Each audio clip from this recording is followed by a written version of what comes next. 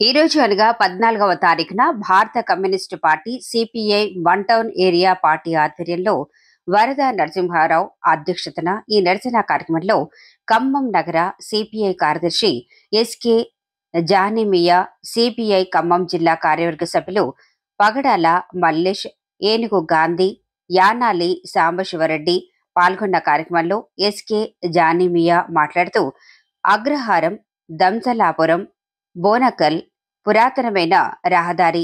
ఈ దారి అనేక గ్రామాలు కలుపుతూ విజయవాడ, రాజధాని వైరా, మధిర తదితర పట్టణాల వైపు వెళ్ళు రహదారి సుమారు 2021న పురం పక్కన బైపాస్ రోడ్డు పురాతనమైనటువంటి అగ్రహారం, బీసీ కాలనీ తదితర కాలనీలు కలిపి వెళ్లేటటువంటి రహదారి పోయింది. దానికి అనుగుణంగా భారత రైల్వే వారు అండర్ బ్రిడ్జ్ నిర్మాణం చేపడతామని, అందరి బ్రిడ్జిని ఏర్పాటు చేస్తామని చెప్పి కొంత మేరకు పనులు ప్రారంభించి ఎన్ని సంవత్సరాలు గడిచినా ఇంతవరకు బ్రిడ్జిని పూర్తి చేయనటువంటి విషయం. అదేవిధంగా పనులు ప్రారంభించినటువంటి బ్రిడ్జ్ వద్ద పెద్ద గుంతలు ఏర్పాటు చేసినటువంటి పరిస్థితి.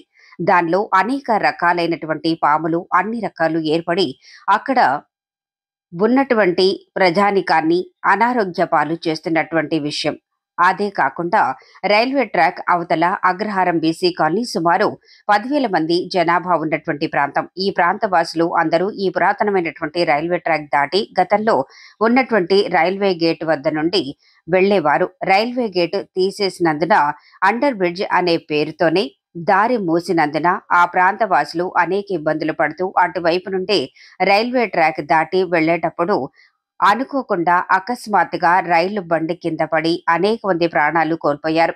అదే కాకుండా రైల్వే గేట్ యువతల, రైల్వే గేట్ అవతల చిరు వ్యాపారులు చిన్న చిన్న కొట్లు నిర్మించుకొని జీవనం సాగించేవారు. ఈ అండర్ బ్రిడ్జ్ పేరుతోనే వారి యొక్క ఉపాధి కూడా కోల్పోయారు. కావున ఈ ట్రాక్ నుండి అవతలికి వెళ్లేటటువంటి ఆ ప్రాంత వాసులు, పశువులు, మూగజీవులు అనేక ప్రాణాలు కోల్పోతున్నటువంటి విషయాన్ని గుర్తించుకొని వెంటనే రైల్వే అండర్ బ్రిడ్జ్ పనులు పునఃప్రారంభించాలని చెప్పి సిపిఐ పార్టీ తరఫున కోరుతున్నామన్నారు.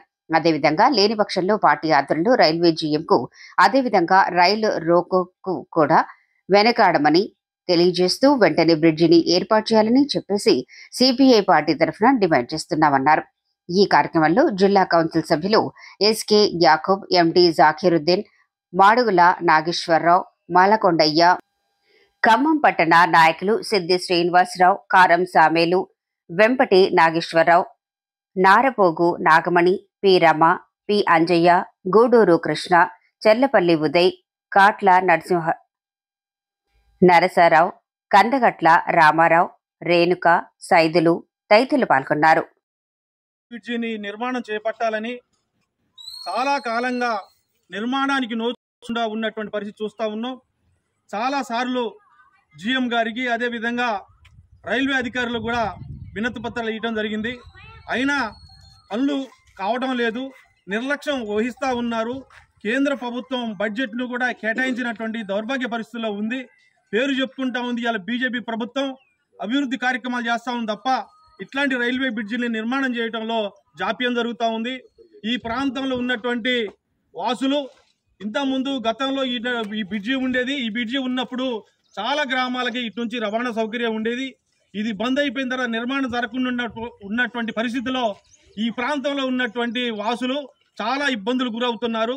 ఈ కార్యక్రమాన్ని తొందరగా చేపట్టాలని చెప్పి ఈ అండర్ గ్రౌండ్ బ్రిడ్జిని నిర్మాణం చేయటం వల్ల ఈ ప్రాంతంలో ఉన్నటువంటి వాసులకి రవాణా సౌకర్యం ఉండదని చెప్పేసి కోరుతా ఉన్నాం.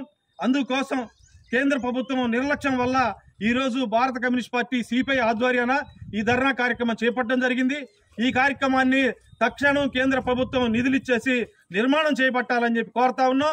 నిర్మాణం చేయనటువంటి పరిస్థితుల్లో మళ్ళీ జిఎం గారి ఆఫీసును కూడా ముట్టడి చేస్తామని చెప్పి మీ ద్వారా తెలియజేస్తా ఉన్నాం.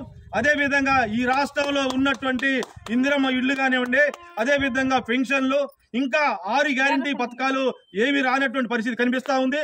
తక్షణం మీరు ఇచ్చినటువంటి 6 గ్యారంటీ పథకాలని అమలు చేయాలని చెప్పి భారత కమ్యూనిస్ట్ పార్టీగా డిమాండ్ చేస్తా ఉన్నాం మీ ద్వారా. సిపిఐ